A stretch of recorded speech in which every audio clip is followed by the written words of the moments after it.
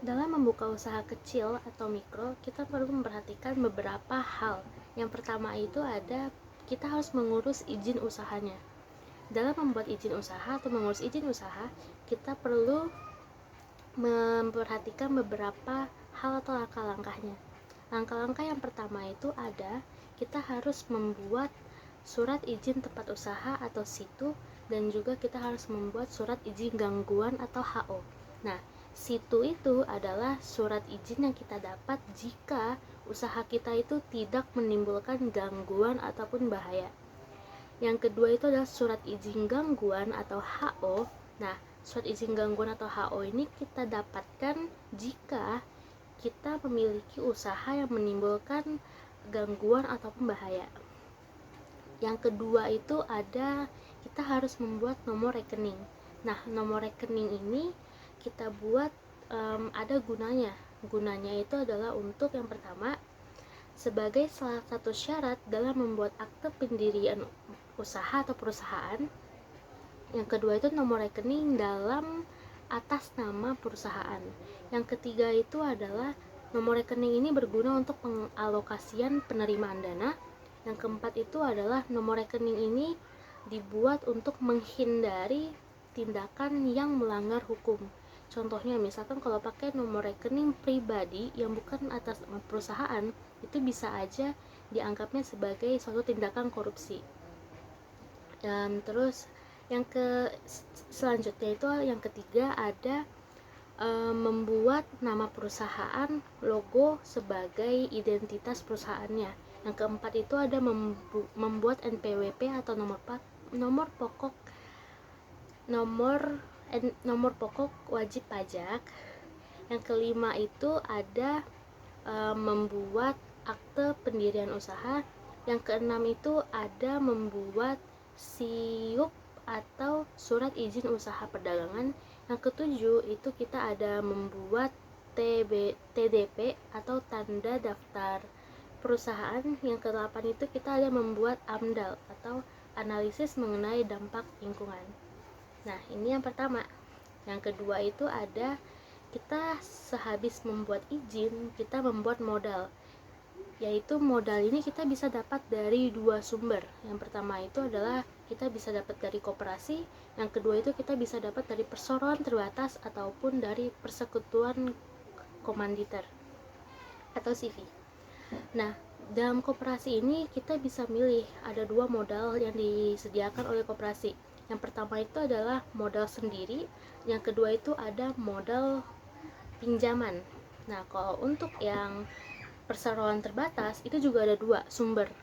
Yang pertama ada sumber internal dan juga eksternal. Untuk yang sumber internal itu didapat dari laba ditahan ataupun dari modal dari pemilik perusahaannya, modal pribadi milik perusahaannya. Terus kalau untuk yang eksternal itu dia bisa dari bank, bisa dari lembaga keuangan non bank, dan juga dia bisa juga dari modal ventura. Itu yang kedua. Untuk yang ketiga, yang pertama kan izin, kita harus membuat izin usahanya. Yang kedua kita harus cari modalnya. Yang ketiga kita harus mencari lokasi tempat usahanya. Lokasi tempat usaha itu kita melihat dari tiga aspek. Yang pertama ada dari aspek lokasi pertokoan. Dalam lokasi pertokoan ini kita perlu memperhatikan beberapa poin juga. Yang pertama itu kayak tingkat kepadatan penduduknya. Yang kedua itu juga ada tingkat pendapatan masyarakatnya. Yang ketiga itu ada dari jumlah pesaing atau tingkat persaingannya. Yang keempat itu juga ada lihat dari ekonomisnya. Yang kelima itu juga ada dari jumlah toko-toko yang ada di sana, jumlah yang buka usaha di sana, di daerah yang sama. Yang kedua itu, yang pertama kan dari aspek pertokoan, lokasi pertokoan.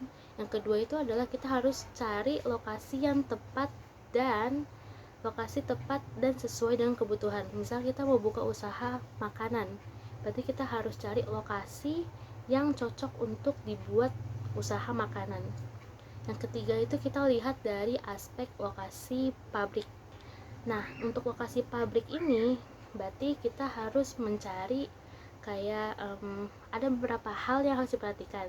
Berarti kita harus cari yang satu, dekat dengan sumber bahan bakunya, dekat dengan bahan baku produksinya.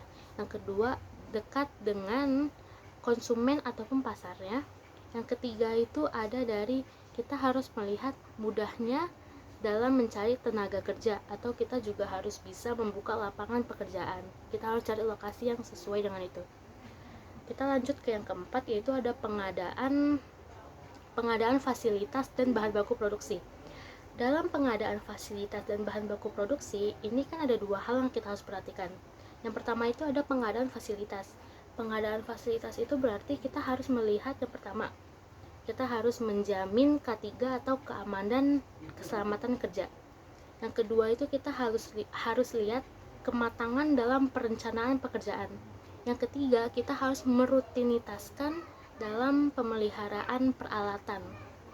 Nah, itu untuk yang fasilitas. Kalau untuk yang bahan baku produksi, kita harus lihat dari barang-barang yang kita produksi. Kebanyakan barang-barang produksi itu impor, jadi kita harus lihat dari aspek impor. Nah, dalam aspek impor kita ada yang harus kita perhatikan tuh ada dua. Yang pertama itu adalah perkembangan harga produksi, terus yang kedua disertai dengan perkembangan bahan baku produksi dan juga asal dari mana produksi itu, bahan baku produksi itu. Itu yang keempat. Yang kelima itu kita harus mencari SDM, perekrutan dan penempatan SDM. Perekrutan dan penempatan SDM ini dia ada beberapa hal yang berkaitan dengan SDM. Yang pertama itu ada jaminan perlindungan karyawan. Yang kedua itu ada tata usaha atau administrasi kepegawaian sebagai data analisa. Yang ketiga itu ada proses manajemen SDM-nya. Untuk proses manajemen itu dia terdiri dari beberapa aktivitas. Aktivitasnya itu diantara lain, yang pertama, seleksi atau interview itu untuk mencari kualitas SDM yang paling bagus. Yang kedua, itu ada pelatihan. Pelatihan ini berguna untuk meningkatkan kinerja SDM.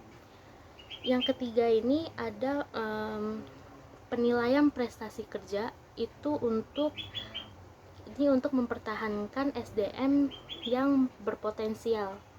Oke, itu yang kelima. Yang terakhir itu keenam. Yang keenam itu ada persiapan administrasi usaha. Dalam persiapan administrasi usaha ada beberapa hal yang harus kita perhatikan. Yang pertama itu ada administrasi usahanya. Administrasi usaha ini berarti orang yang memiliki pekerjaan surat menyurat, catat mencatat dalam suatu perusahaan. Administrasi usaha itu memiliki maksud dan tujuannya. Maksudnya itu untuk mengelola data yang ada dalam suatu perusahaan. Kalau tujuannya itu ada yang pertama untuk mengevaluasi kinerja perusahaan. Yang kedua itu untuk memantau perkembangan perusahaannya. Yang ketiga itu untuk mengumpulkan ataupun mencari data secara akurat agar bisa dibuat untuk mengambil keputusan. Ini tujuan. Nah, kalau misalkan untuk kegiatan administrasi usaha, yang pertama itu dia ada mengarsipkan dokumen-dokumen.